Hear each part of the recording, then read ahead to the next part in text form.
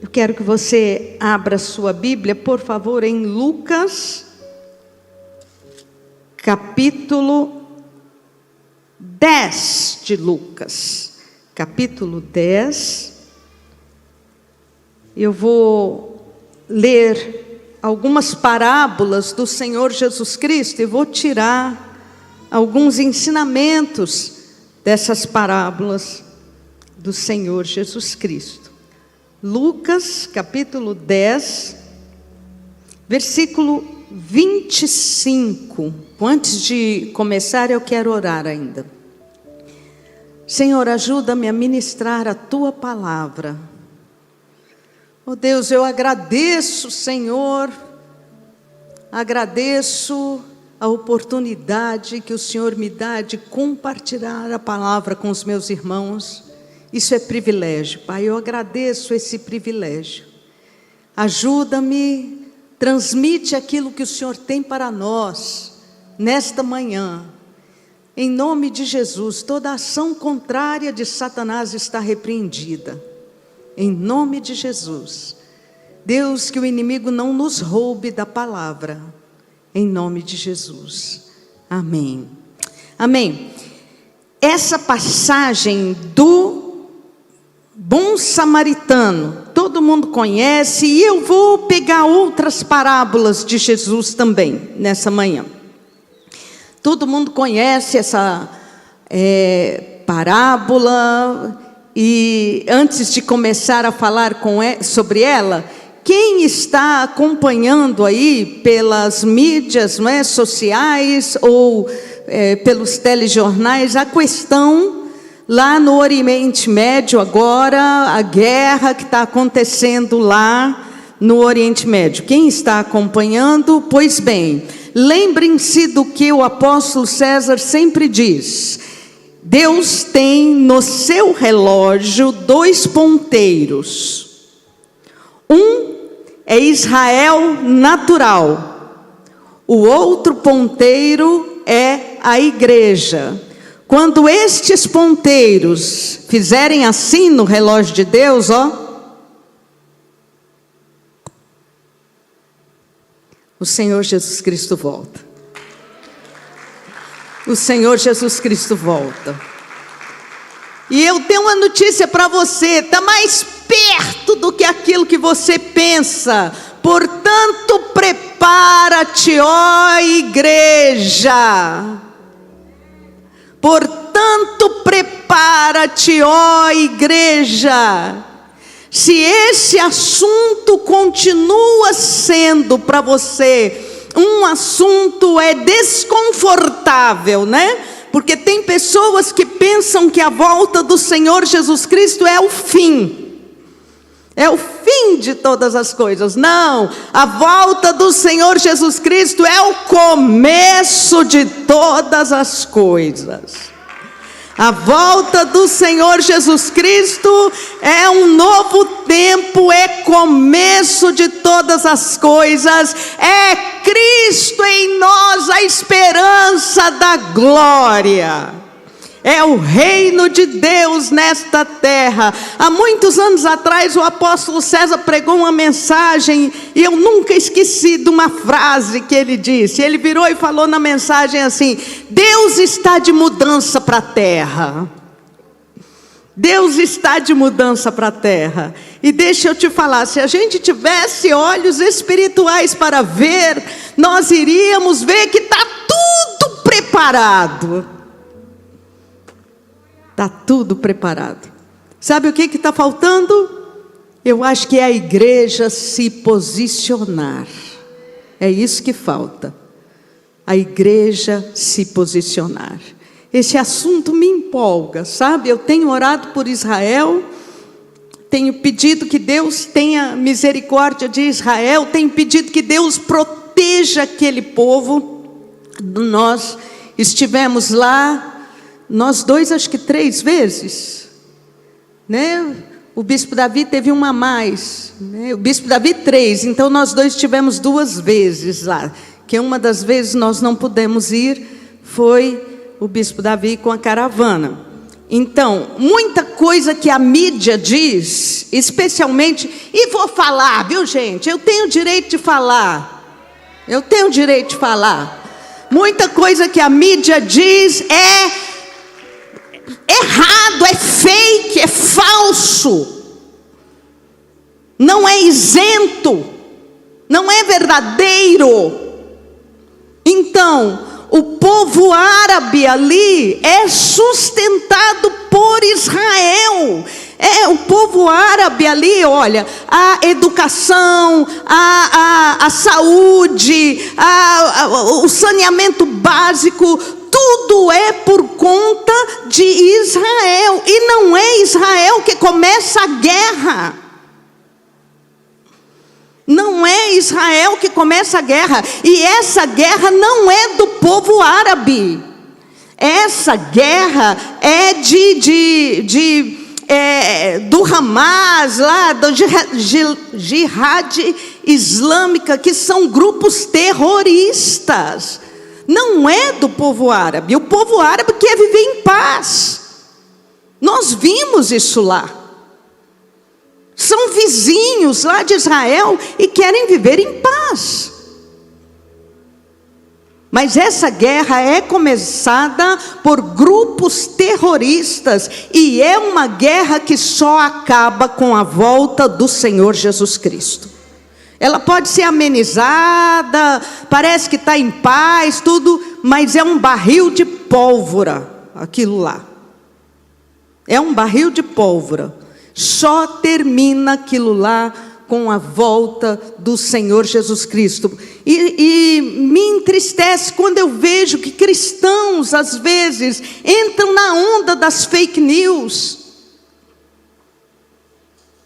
E não procuram se informar direito. Mas vamos voltar para cá, para a palavra de Deus. Bispo, o que isso tem a ver com a sua palavra? Então vamos lá. 25, Lucas capítulo 10, versículo 25.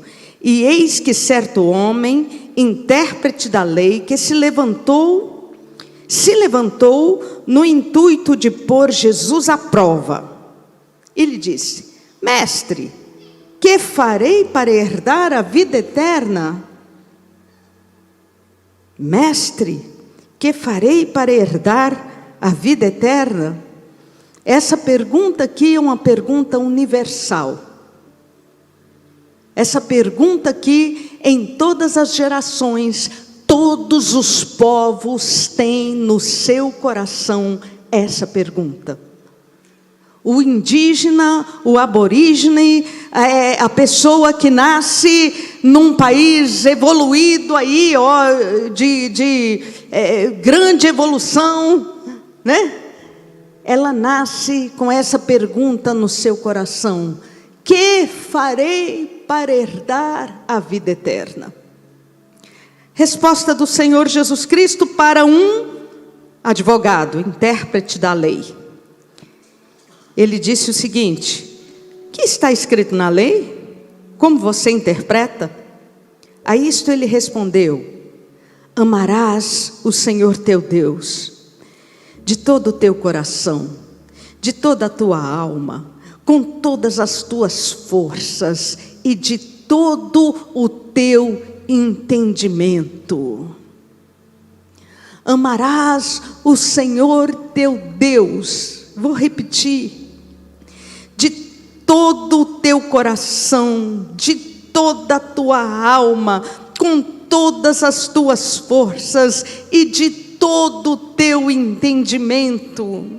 Deixa eu pedir uma coisa para você. Põe a mão no seu peito aí, faz uma oração comigo. Diga: Senhor Jesus, Senhor meu Deus, gera pelo Espírito Santo esse amor no meu coração. Gera esse amor em mim, que eu possa amar a Deus com todo o meu ser, com toda a minha força, com todo o meu coração. Nessa semana eu falei para uma pessoa que estava questionando algumas coisas. Eu virei para essa pessoa e falei o seguinte: se eu acreditar que Deus não te ouve, eu vou desacreditar da minha fé. E para eu desacreditar da minha fé, eu prefiro morrer. Não vale a pena viver. Se a gente desacredita, não vale a pena viver. Amarás o Senhor teu Deus de todo o teu coração, com todo o teu entendimento, de toda a tua alma, com todas as tuas forças, e amarás ao próximo como a ti mesmo. Pergunta para a pessoa do seu lado aí, faz a mesma pergunta que o intérprete da lei lá fez para Jesus: quem é o próximo?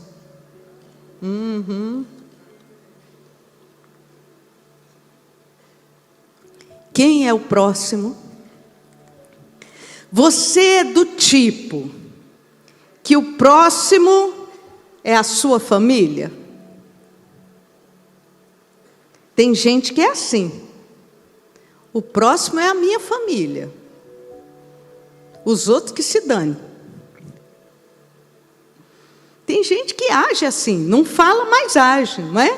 O próximo é a minha família, os outros que se dane. Eu estou aí para a minha família, mas para os outros não. Ou você é daquele tipo, sabe? A minha mãe falava muito isso. Tem gente que é bonzinho demais para fora, mas dentro de casa, só Jesus na causa. Quem é o próximo para você? Esse cara aqui, esse intérprete da lei, para se justificar, porque ele não conseguia amar a Deus com todas as suas forças, porque pela lei ninguém consegue amar a Deus com todas as suas forças. Naturalmente ninguém consegue amar a Deus com todas as suas forças. O único caminho para o Pai é Jesus Cristo, o Senhor. É o único caminho. Você só consegue agradar a Deus através de Jesus Cristo, o Senhor. Para se justificar, porque ele não conseguia, ele virou para Jesus e falou: tá bom, quem é o próximo? Quem é o meu próximo? Deixa eu falar uma coisa para você. Antes de amar o próximo, você tem que amar você mesmo, viu? Antes de amar o próximo, você tem que amar a você mesmo. Quem é você?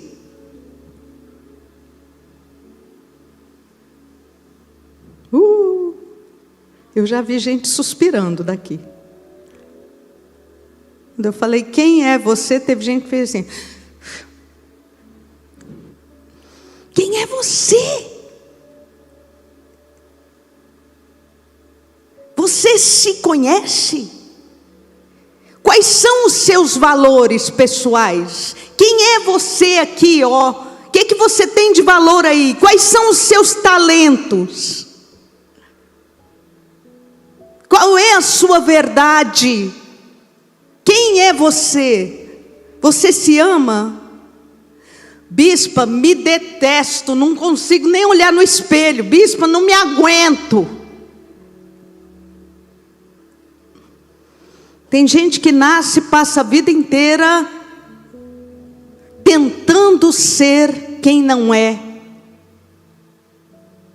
fingindo ser quem não é, tentando assumir um papel, sem permitir que Deus entre no seu coração, que raie a luz de Deus no seu interior, e que Deus possa mostrar a você a pessoa maravilhosa que Ele te fez para ser. De modo assombroso, Deus te fez uma pessoa maravilhosa. Deus não quer que você seja como a bispa Rúbia ou como o apóstolo César. Deus não quer que você seja como a sua mãe. Deus não quer que você seja como seu pai. Deus quer que você seja a pessoa maravilhosa que Ele te criou para ser. Levanta sua mão e fala assim: obrigado, Senhor. Feche os olhos um pouquinho. Eu queria que você olhasse para você mesmo aí, que você pusesse a mão aí no seu peito, na sua cabeça, seja lá onde for, e diga para Deus assim: Senhor, eu tenho muito defeito, eu tenho muita dificuldade, eu tenho muita limitação. Estou falando pela Rúbia aqui, viu, gente? Tenho muita limitação, tenho muito defeito, Senhor. Só Deus sabe, não consigo fazer o que eu queria fazer, Senhor. Mas eu te agradeço por ser quem eu sou. Obrigado, Senhor. Obrigado. Obrigado por ser, me perdoa os irmãos aí, tá? Obrigado por ser esse cara chato, ranzinza, que tem dificuldade de perdoar. Dá para você falar assim?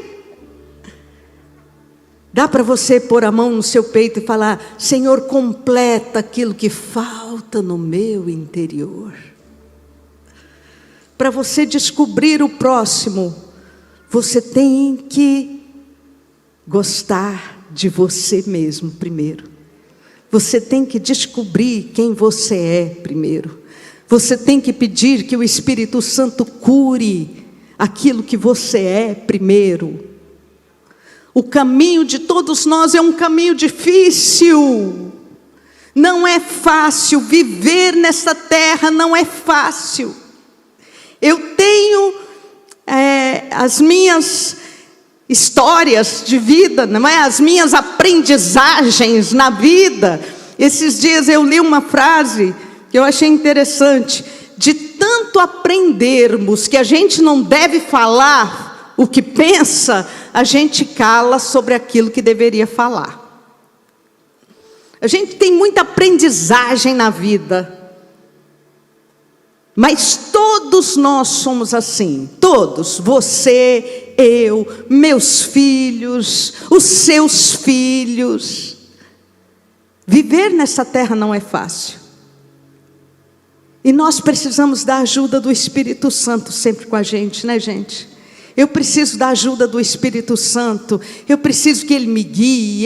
Eu preciso que Ele me cure. Eu preciso que Ele me converse comigo.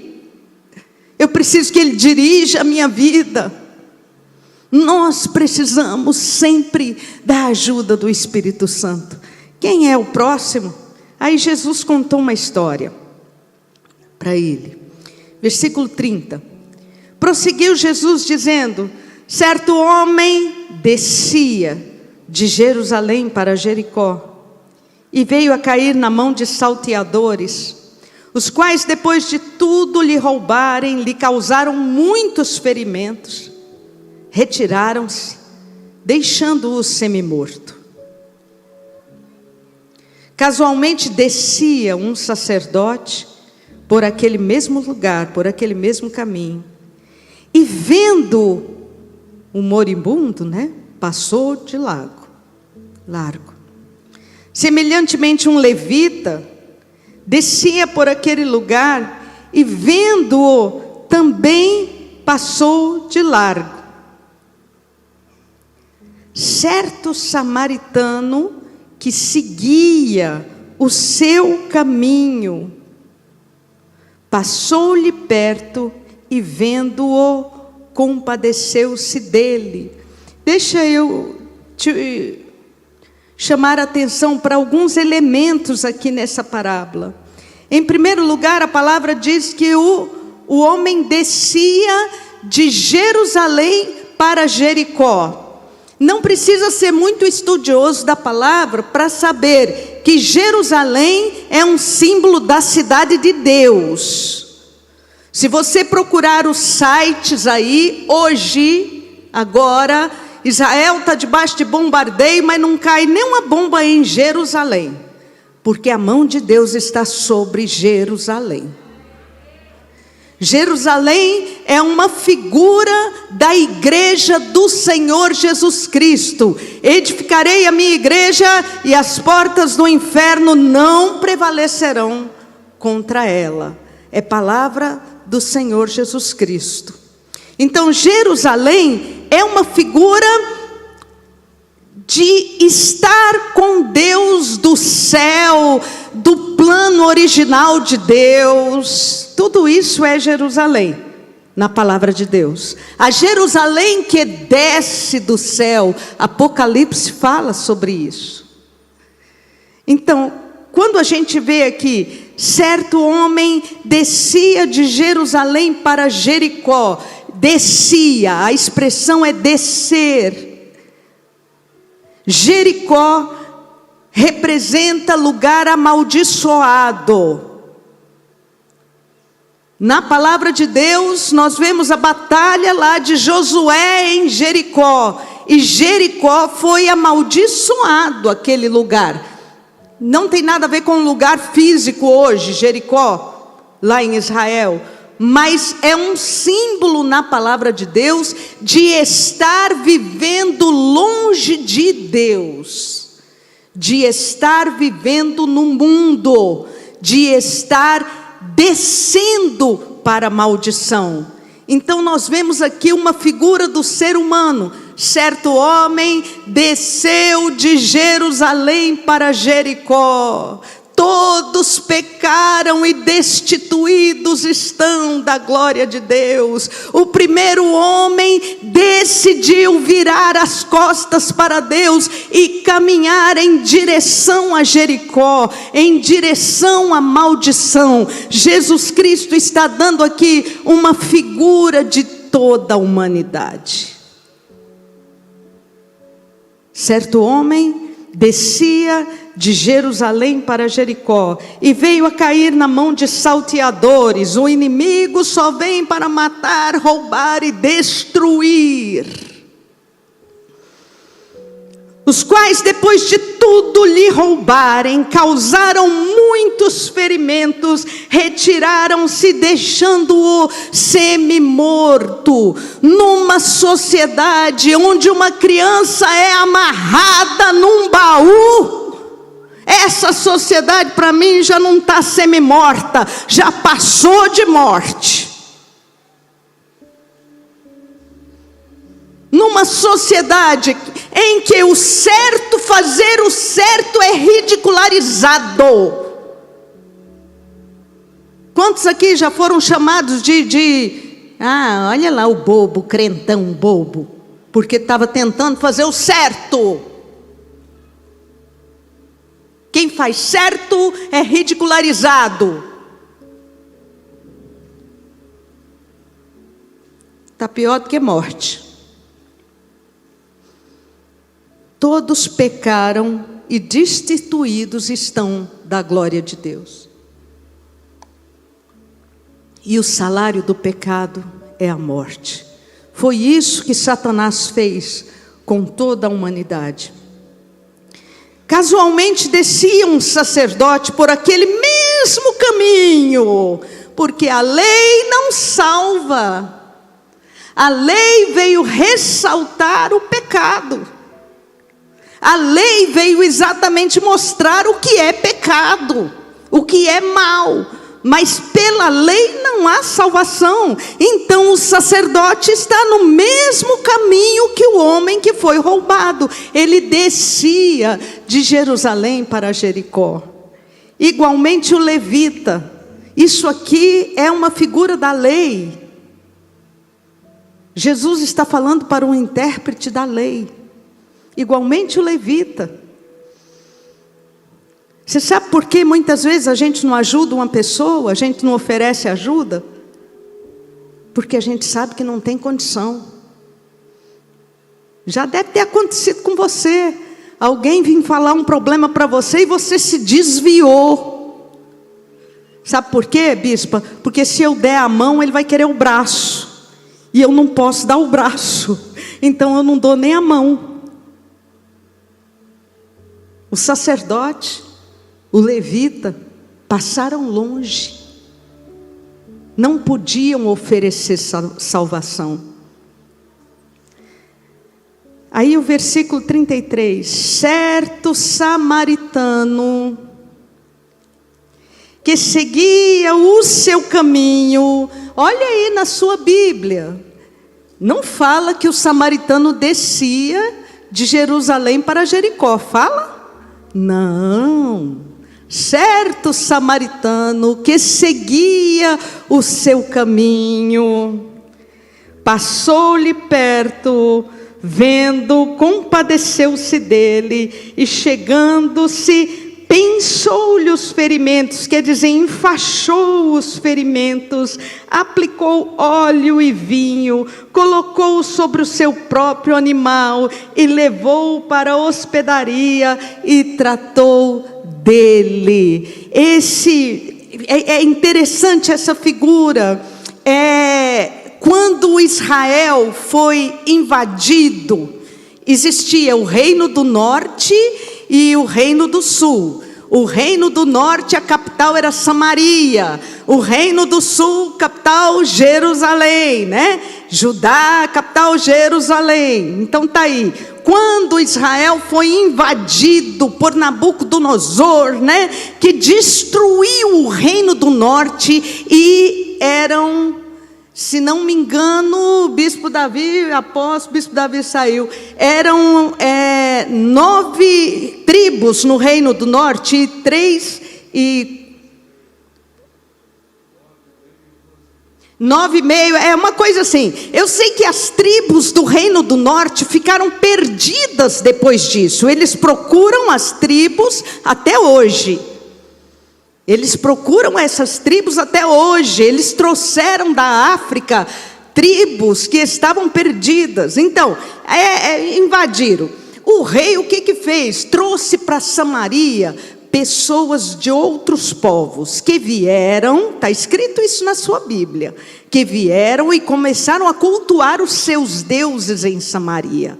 Mas como havia em Samaria também judeus, os judeus cultuavam o Deus de Israel. Por isso que os samaritanos são rejeitados pelo povo judeu. Na época de Jesus eram rejeitados pelo povo judeu, porque eram um povo misto. Eles não eram um povo, vamos dizer assim, totalmente judeu. Os judeus achavam que era povo misto, com outros povos, outros deuses. Lembra que Jesus encontrou samaritana? E Jesus, conversando com a samaritana falou: vocês dizem que tem que cultuar em Jerusalém, e nós cultuamos aqui. Lembra desse diálogo com a mulher samaritana?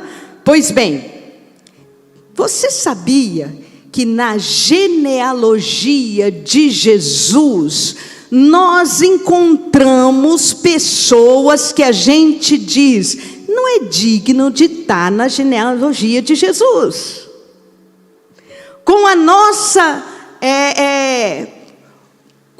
religiosidade, a gente diz: não, essa pessoa não tinha que estar na genealogia de Jesus. Nós encontramos na genealogia de Jesus Raabe, nós encontramos na genealogia de Jesus Ruth, a moabita, Raabe, a ex-prostituta. Nós encontramos pessoas assim na genealogia de Jesus. Então, este samaritano que seguia o seu caminho é a figura do nosso Senhor e Salvador Jesus Cristo. É Ele quem chega perto de quem está dolorido, é Ele quem chega perto de quem está machucado, é Ele que chegou perto de mim. É Ele quem te valoriza, é Ele quem olha nos teus olhos, é Ele quem senta perto de você, é Ele que é capaz de escutar a sua dor. É Ele que é capaz de escutar a sua frustração, a sua angústia. Sabe, aquela raivinha que às vezes você tem até com Deus. É Ele. Enfaixou as feridas, aplicou óleo e vinho, figura do Espírito Santo na sua vida. Levanta a sua mão e fala assim: eu tenho óleo e vinho, o Senhor tem derramado sobre a minha vida. Eu tenho unção, eu tenho alegria do Espírito Santo. É Ele quem tem derramado isso sobre a sua vida. Colocou-o sobre o seu próprio animal. Deixa eu pensar nessa figura. Vou contar uma história para você, de uma irmã muito conhecida. Não vou falar o nome dela, mas ela é bem conhecida aqui na igreja. Essa irmã estava numa crise de depressão terrível. E ela estava pensando em tirar a própria vida. Ela estava pensando em acabar com a sua própria vida. E ela mora nessas regiões por aqui. E um dia ela muito angustiada, e ela chegou a quase tentar pôr um fim na própria vida. Ela atravessando ali a Avenida 85, ela disse que chegou uma pessoa para ela, um senhor, chegou para ela com uma rosa branca, uma flor branca, entregou a flor na mão dela e falou o seguinte para ela: você está vendo aquela igreja que tem ali? Vai lá que você vai melhorar. Ela falou assim: mas que igreja? Aquela que tem ali, vai lá que você vai melhorar. Ela virou e ainda falou assim: eu não acredito nisso não, não acredito nisso não. O homem virou para ela e falou assim: vai lá que você vai melhorar. E ela veio e entrou aqui, e era campanha de Daniel, e isso já faz bem uns 10, 15 anos, ela está firme até hoje, vencendo e para vencer em nome de Jesus. Eu conheço outro testemunho. Eu conheço um homem, hoje ele já está com o Senhor, mas nós conhecemos, nos Estados Unidos, que uma vez ele dando o testemunho dele, ele falou assim: olha, eu não acreditava em Deus, mas eu acreditava nos anjos. Sabe por que eu não acreditava em Deus? Porque se existisse um Deus, ele provavelmente estaria muito bravo comigo. Mas eu via a ação dos anjos protegendo a minha vida, e foi a ação de anjos que me fez chegar nessa igreja. Quem tem um testemunho parecido? Eu queria que você pensasse: quem foi que fez você encontrar o Senhor Jesus? Você pode lembrar? Você pode lembrar? Você tem ideia de quem orava por você? Quem te convidou para vir à igreja? Quem te trouxe? Você pode perceber isso aqui? Colocou-o sobre o seu próprio animal e o levou para a hospedaria. Quem pode dizer: Deus fez isso comigo? Você pode dizer: eu posso dizer, Deus fez isso comigo. Deus fez isso comigo. Colocou-o sobre o seu próprio animal e o levou para a hospedaria e tratou dele. No dia seguinte, tirou 2 denários, entregou ao hospedeiro. Apóstolo, obrigado, viu? Porque somos hospedeiro, obrigado porque você nunca desistiu desse caminho. Muito obrigado. Entregou ao hospedeiro. É muito privilégio. Eu me emociono. Trabalhar na obra de Deus é privilégio demais. Não é sacrifício, é privilégio. Eu me emociono de trabalhar na obra de Deus. Pegou 2 denários e entregou ao hospedeiro. Nós conhecemos o que é dificuldade, mas nunca nos faltou nada nessa vida. Nunca. Entregou 2 denários ao hospedeiro e falou o seguinte: no dia seguinte tirou 2 denários e entregou ao hospedeiro, dizendo: cuida deste homem, e se alguma coisa a mais gastares, eu te indenizarei quando voltar. Cuida desse homem. Glória a Deus, né, bispa? Pela Igreja Fonte da Vida. Bispa Vera está aqui na frente, Departamento da Família. A Igreja Fonte da Vida funciona em departamentos. Deus tem nos dado essa graça. Geração da Fonte. Nós vamos arrumar um departamento para cuidar das grávidas, tá bom? Então tá. Geração da Fonte é de 0 aí a 11, 12 anos. Docmos de 12 a 17 anos. Ministério Atitude com jovens e jovens adultos. E o que mais? Tem departamento da família. Tem o DAI, Departamento Especial, tem o Projeto Aprisco. Cadê o Bispo Abraão aqui, ó? Projeto Aprisco aí, uma bênção. Em falar nisso, o Bispo Abraão já está ali. Tem visitante hoje aqui? Tem alguém nos visitando? Aqui nós temos um visitante ali. Você pode ficar de pé, por favor? Vamos dar uma salva de palmas para ela. Jesus te escolheu para você estar aqui hoje. Pode ficar aí. Alguém vai te levar um negócio aí. Tem mais algum visitante? Aqui, abençoada família. Jesus escolheu vocês para estar aqui. Pode entregar, Vera, por favor. Então, o hospedeiro. Nosso papel é cuidar de quem Deus trouxe aqui. Pastora Carminha está ali. Nós temos o Arte com Amor, que é a melhor idade. Vai continuar, né, Pastora Carminha?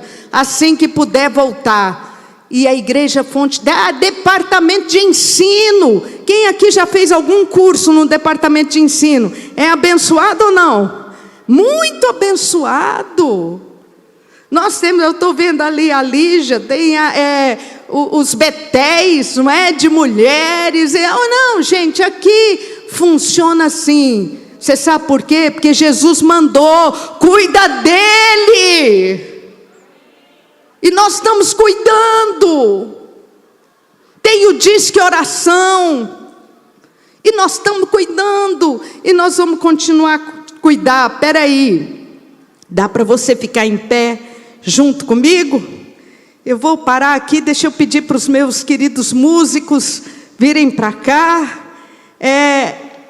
Olha só, versículo 35, dá para jogar aqui na tela para mim? Lucas 10, 35. No dia seguinte, tirou 2 denários e os entregou ao hospedeiro, dizendo: cuida deste homem. Se alguma coisa mais gastares, eu indenizarei quando? Fala alto para mim. Quando? Ele vai voltar. Ele vai voltar. Eu vou tomar ceia com ele. Eu vou tomar ceia com ele. Ele falou para os discípulos: vocês tomem essa ceia aqui, porque desde agora vocês não vão mais tomar ceia comigo, mas um dia eu vou voltar e você vai tomar ceia comigo. Pode aplaudir.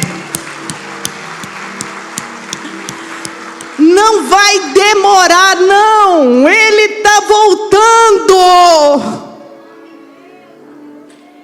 Ele está voltando. Jesus disse o seguinte: quando a figueira começar a brotar e florescer, fiquem atentos, porque não passará essa geração sem que tudo aconteça. A figueira floresceu, Israel está lá, Israel existe, Israel levanta sua bandeira nas nações. A igreja tem que se posicionar. Não está na hora de você levar uma vida cristã meia boca. O tempo disso já passou. Não está mais na hora. Deus ama a verdade no íntimo. Você precisa ser sincero com Deus. Você precisa ser fiel a Deus. Você precisa se decidir, porque Ele está chegando. Não sei se ainda demora aí uns 50 anos, mas eu quero acreditar que menos. Quem sabe hoje à noite. Mas Ele está chegando. Prepara-te, igreja.